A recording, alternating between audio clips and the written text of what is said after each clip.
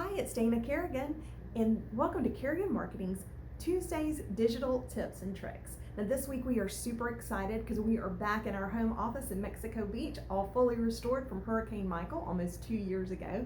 But we are super happy, and I've got this amazing TV screen behind me that I can start showing you things online as we talk, so that's awesome. So today I want to talk to you about your social media profile pictures and also your header screen images. So these two things right here, and if you'll notice, I am using Tupelo's little kitty toy, and she's not very excited about that. She keeps staring at me through the window, but that's okay. We're gonna borrow it from her today.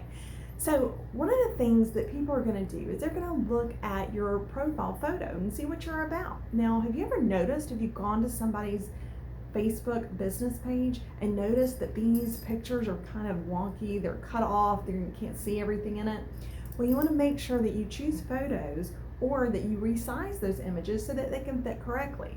But guess what? Not everybody's gonna be looking on these big giant screens like this that we have. Guess where they are gonna be looking?